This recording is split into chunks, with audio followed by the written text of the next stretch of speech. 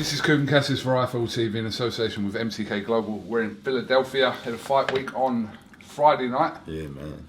I'm joined by Philly's own Yeah, man. Gabe Rosado. When last time I interviewed you was in Kansas. Yeah, Kansas, man. Middle of nowhere. That was a weird fucking place. I know, right? But it was what it was. Home here. Well, Yeah. you don't live here anymore, but it's home for you. Yeah, yeah. No, it's home, man. I'm out here every other month. You know, I do business out here. I do real estate in Philly, man. So, you know, I'm always out here. Yeah. So I live in the West Coast for the last 4 years and a half. But it's like I never left because I'm, you know what I mean, I still come out here and my whole family's out here and things like that. So it's home. Why has no one defended a world title from Philadelphia in Philadelphia That's for crazy. 16 years? I don't know, man. I don't understand that. Like when I found that out, I was like, damn, I thought Danny did, but he wasn't a champion at the time when he fought out here.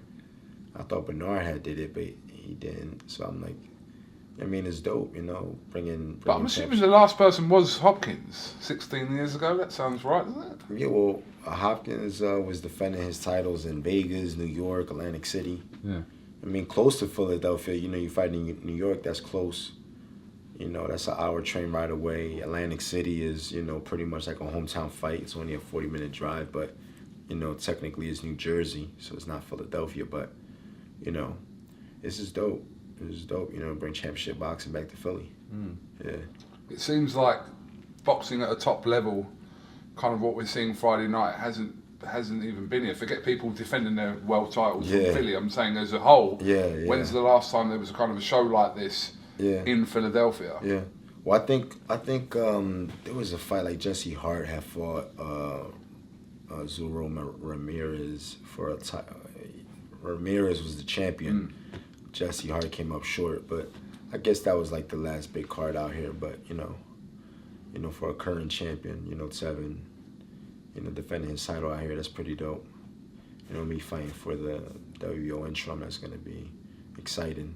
You know, 7 years last I fought in Philadelphia, so I'm excited about it, man. It feels like old memories like coming back. It's like, you know, my family, my friends, my daughter is gonna be ringside. It's gonna be crazy. And for yourself, you've got a direct path here. You know what you have to do. Yeah. You win Friday night, and you're being lined up to fight Demetrius Andrade. Yeah, it's crazy. So, No, yeah, man, and you know, like in Kansas, man, you know, when we spoke, you know, I was confident going into that fight. You know, I said I was gonna control the pace. I pretty much, you know, did what I said I would do. I said I'll control the pace. I'll make a miss. You know, I'll control the rhythm of the fight.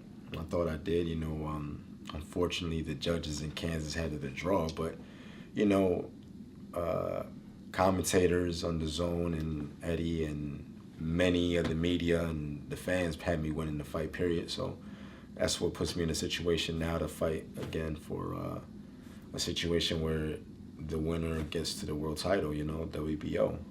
So, you know, my attitude is the same, but I actually feel a lot better going into this fight because, you know, the last fight was not so long ago. So it kept me in the rhythm, and I think it's important to stay active. You know, you're always going to look better in your next fight when you're active. So, you know, we're just bringing that momentum going into this fight, you know. This fight's got, I mean, you're always in a war anyway, Gabe, but this fight really has got war written all over it.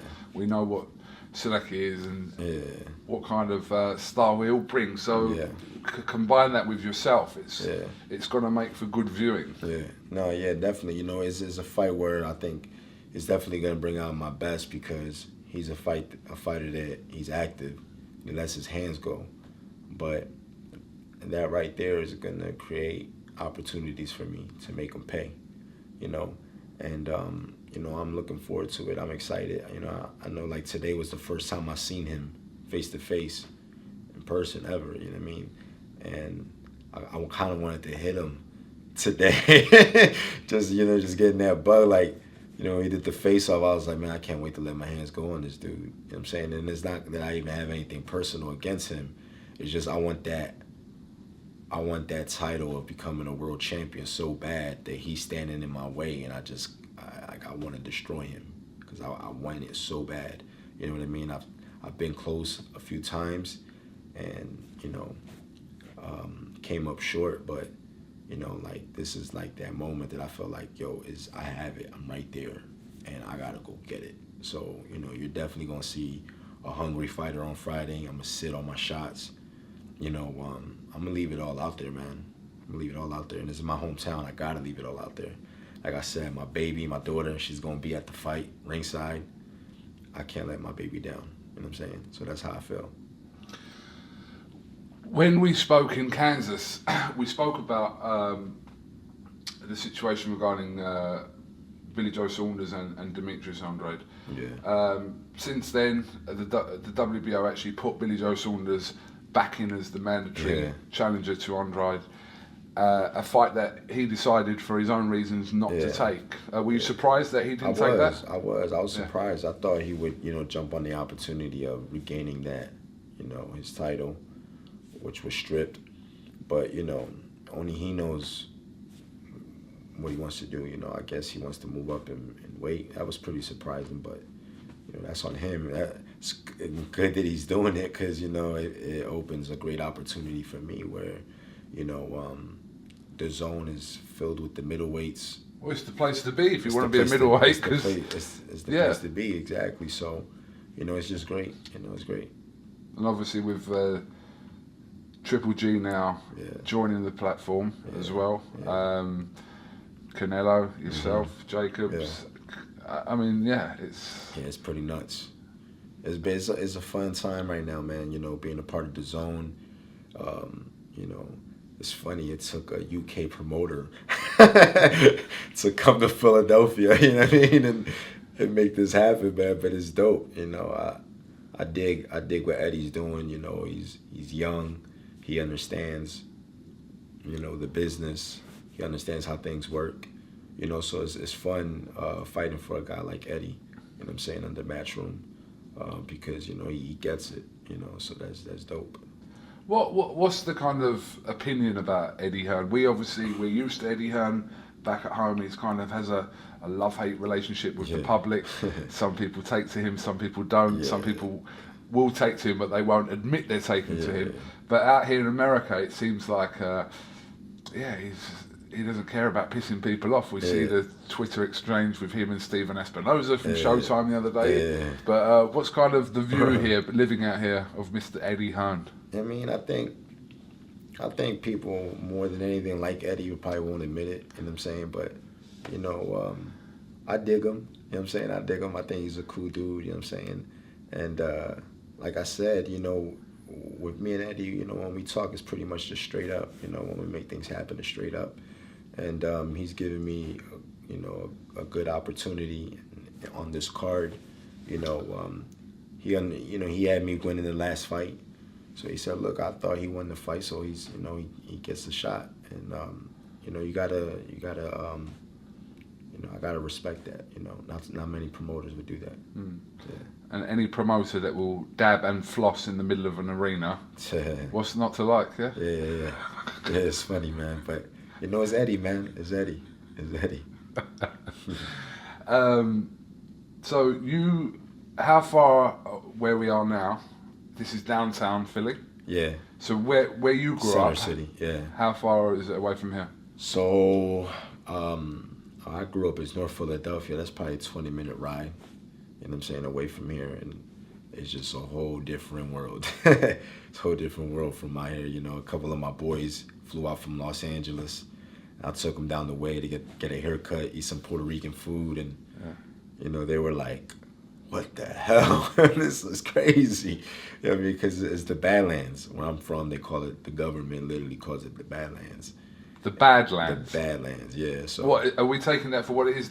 Yeah, it's really, literally, you can GPS it. It's Badlands. You know what I'm saying? So, tough neighborhood, tough area, man. It's just really rugged, raw, and that's where I'm from, man, So I kind of like, gave them the little tour of my neighborhood and where I grew up, and things like that. So, yeah.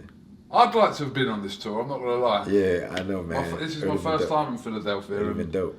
But yeah, man. So yeah, it's a tough city, man. But you know, I think that's what makes Philly fighters unique, because you know, it's like the concrete jungle out here, and it's like you can't be weak. Nobody wants to be weak out here. Nobody. You know what I'm saying? I know it's like that in other places, but it's just something different about Philly. It's like you just can't be weak, you know.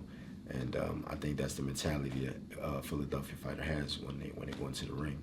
I think that's why a Philly fighter specifically has a certain type of reputation. You know what I'm saying? Like, no matter what, you know, a Philly fighter is always gonna have that rep. You never heard of a Philadelphia fighter quit. You know what I mean? So that's just how it is. I heard this term today, and you can explain. I kind of know what it means, but you can probably explain more. There's fighters from Philly, but then there's Philly fighters. Yeah, Russell Post, my advisor, said that. Yes, correct. No, that's true. Yeah, there's fighters from Philly, and then there's Philadelphia fighters, and I'm a Philadelphia fighter. You know what I'm saying? Like, I never turned anyone down. You know, I probably took fights premature. I wasn't, you know, ready at the time. You know, like, there's an art in matchmaking. You know, Canelo is where he is because he had a team that, I mean, had a game plan on how to move him up. You know what I'm saying? So it's an art. But you know, with me, I kind of just took it all. You know what I mean? Oh, I'll fight Triple G. I'll give up my #1 mandatory at 154, and I'll move up and fight the guy. And that was just my whole attitude. But it's my reputation. You know what I'm saying? And I think, you know, being that I survived it and I overcame it, you know what I'm saying, and I'm here standing, I think it makes me stronger, it makes me better. That's why going into this fight, I just feel good, healthy, mentally, all the way around. I just feel good. You know what I'm saying? And, you know, getting in the mix with the middleweights and everybody's in the zone, I'm just excited to show what I got and what I got to offer. And I think this is the perfect fight to make that example, because, you know, Danny went the distance with this guy, and this guy gave Danny a good fight. And, you know, Danny's not fighting Canelo, so, you know, if I could put on a better performance than Danny and beat this guy convincingly, you know, that's going to speak volumes. How do you change your image from the guy that fights anyone, been in the ring with just about everyone around your weight, but has often come up short? How do you change that image to world champion, or, you know, how do you change that kind of thing for people to look at you as a legitimate champion rather than someone who's just in a good fight? And because everyone who's seen you fight is kind of gives you those props and says, you know, Gabe's always in a war, but you haven't always come out on top of them wars, and you've been robbed in some of your fights as well. You know, I think like anybody that truly understands me and knows my career, you know, knows that I've been robbed a few times, but I think when you look at my last 3 fights, you know, it's funny because I study the fights, even though I mainly study the ones like, you know, like Martin Murray, you know, was my last loss. It was a fight that I thought I won, still think I won, and like I'll study that fight, you know, and I'll just figure out, okay, what could I do better, whatever. Even though it's a fight I thought I won, that's what I do. And I think people look at that fight and they go, man, Gabe looked good in that fight. They had me winning. And then, you know, you look at the Glenn Tapia fight, we blow him out. And then Arias was a guy that I had hurt. So I think people catch on like, man, Gabe can really fight. He can really box. And it's just, I think the momentum and the way things are swinging, people are starting to understand, like, you know, Gabe got something to bring to the table. And I think with this fight would definitely stamp it, where it's like, man, who cares about how many losses he got? This is a new and improved guy. You know what I mean? And I think that's what this fight will do. Would you call this, obviously, we spoke about this at the start of the interview, this is, you know what your route is now to a world title challenge. You win Friday, it's pretty much there for you. Yeah. Would you say that this is kind of possibly one of your last opportunities to getting a world title shot again? I mean, you know, I really don't think about it like that. I've been very anxious this week You know what I'm saying? And I think I've been so anxious this week because I could just taste victory. You know what I'm saying? Like, I know I'm right there. And I'm usually very chilled, very relaxed, just like, you know, whatever. But I've been on edge, but good energy, you know, like challenge, you know, just, you know, not getting too caught up, but I just could taste it. I know it's going to be a great performance, and it's going to be home, and so I'm not thinking like, oh, this is the last opportunity or anything like that. I'm just like, I'm feeling good about it, and I'm anxious because, you know, I know what's to come, you know what I'm saying, and I'm just excited about it. Is it sometimes difficult where you know there is that kind of reward or that shot at the end of it, that we know you're not going to overlook Seleki, but just kind of because you know that there's something, you know what's in front of you, but you know you have to deal with the immediate goal before you can get there. Yeah, exactly. And I've been in this position before, you know, but, you know, I'm just locked in right now. I'm locked in. You know, we had a really good camp. I'm healthy, you know, and I'm excited, man. And Seleki is not a walk in the park. So his style of fighting and his competitive, you know, he's a competitor. He's definitely going to bring out the best in me. You know what I'm saying? Because you can't come half-assed in this fight. You know what I'm saying? You can't come half-assed in this fight. So I know there's going to come a time in the fight where it's going to come down to pure will.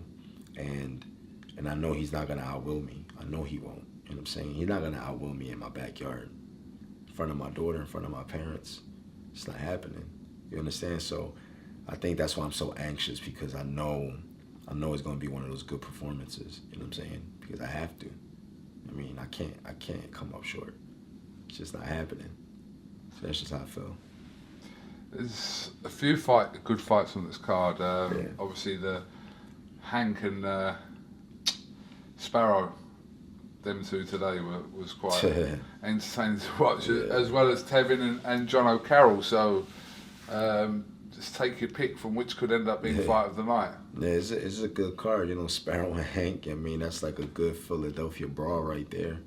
You know what I mean? Like, I honestly don't know who's going to win that fight. You know, because, you know, Hank is the vet, but again, Sparrow's the young lion, so who knows? And, you know, with Tev and Carl, you know, that's going to be a good one. They've been talking. If the fight is half as good as the trash talking they've been doing, I mean, it's going to be pretty entertaining. It's funny today because their opening speeches were quite sensible. And then I thought, okay, this is all right. And then suddenly it just switched. It's funny when Eddie just let them go at each other.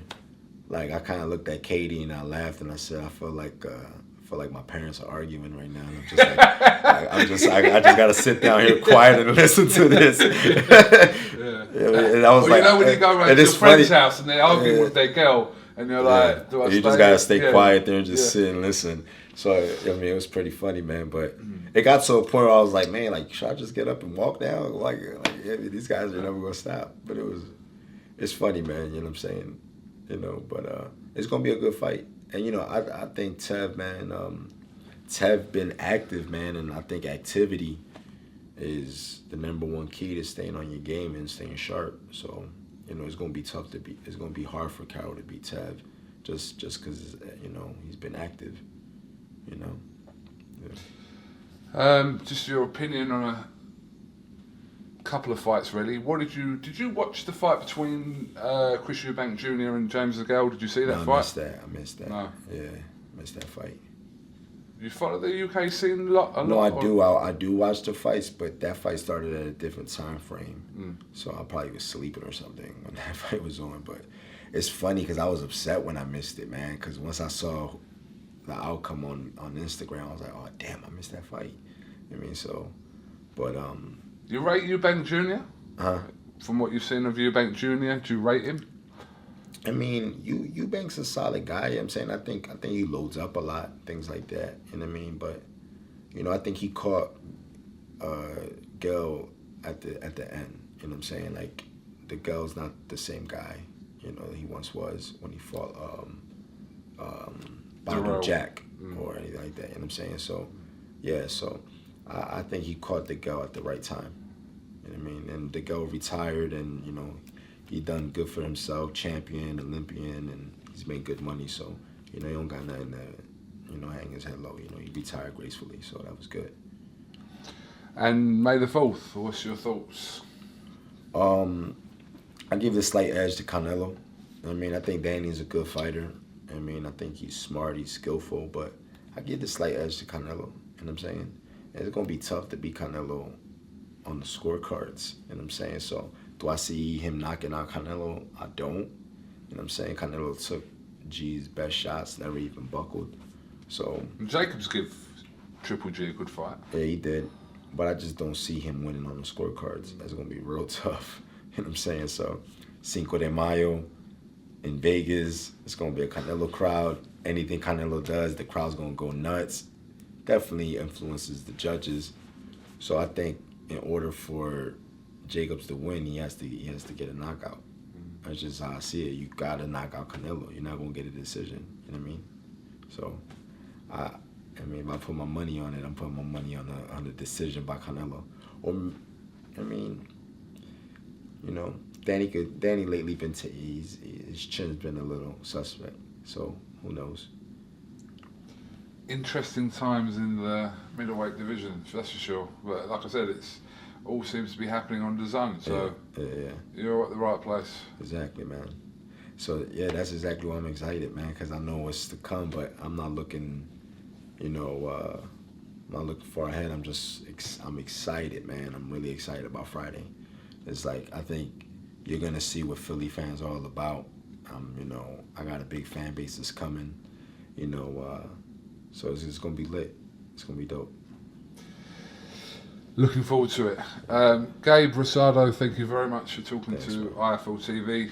It's quite late here on Wednesday night, so appreciate your time as always. Thanks, man.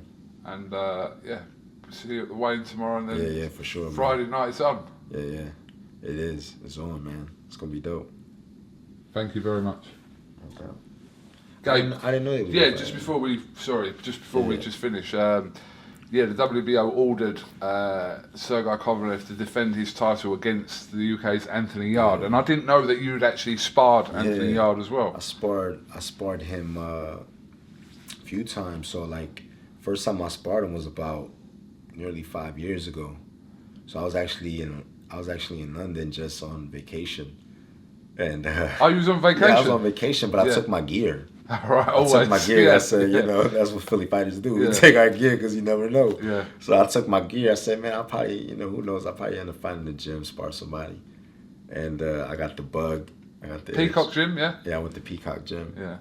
And I ended up sparring Anthony, man, and it was good work. And then when I went to fight Martin Murray in Liverpool, I went to London for the week, and I finished camp sparring Anthony. Oh, so you sparred him then as well? Yeah, I sparred him then. What did you make of him when you were sparring him?